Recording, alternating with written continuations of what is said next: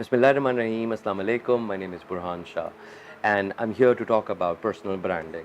Personal branding as a subject, it's a vast subject, but in today's video, we will be focusing on three major aspects of personal branding. सबसे पहले हम बात करेंगे Y के ऊपर, your belief system. फिर हम बात कर रहे होंगे माइंडफुलनेस के ऊपर, and then we'll talk about conscious listening के what is conscious listening. You must have come across these three words: why, what, and how.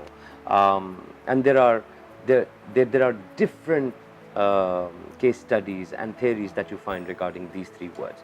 Well, we're going to focus on the why.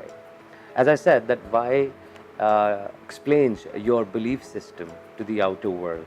It tells the world what you're thinking of, what exactly are you made of. I mean, whatever you do in life, be it studies, be it professional life that you will start, or you are in a professional career, but this why needs to be focused. Why? Because this why is something that will make you go on and ace your own expectations. You must have heard that there's a difference between success and excellence. So this excellence bit can be achieved when you're clear in your why. So now, how to get more clarity about what's your why? All right.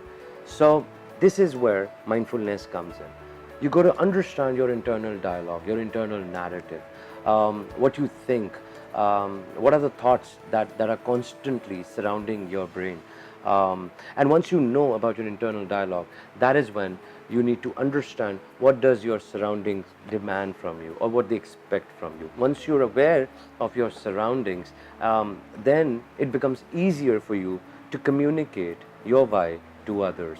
And personal branding is all about treating yourself in a way so that you can portray yourself in a desired manner, and yet you got to create inspiration. You got to be someone who's inspiring people in whatever you're doing. Since you want the world to find out about your why, since you're sure your motive becomes to inspire others.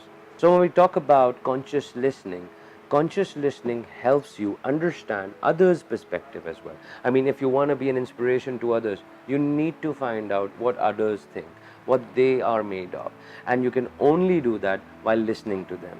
Conscious listening is something that makes you put in an effort in knowing someone else's journey. And then there are two things. One, you need to clarify, and the other thing is you got to investigate.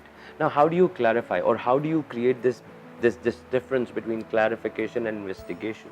Well, clarity comes during the conversation. So if you're listening to someone, and if you're having a conversation, if somebody's saying something to you, you need to ask questions. You need to probe. You need to know more about that person. So that comes within the clarity ambit.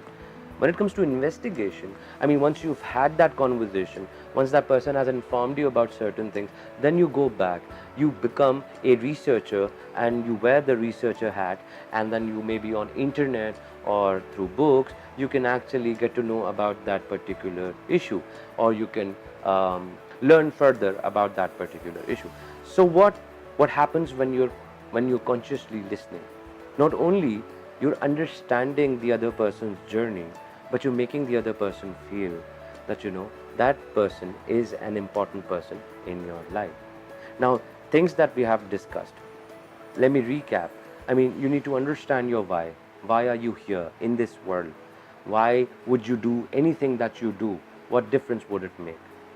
And then you got to be aware of your own self, your internal dialogue, and the external environment around you. And then lastly, how do you become aware of all that? You need to push yourself to listen consciously. Till next time, apna bahut khayal rakhiyega. Bye bye.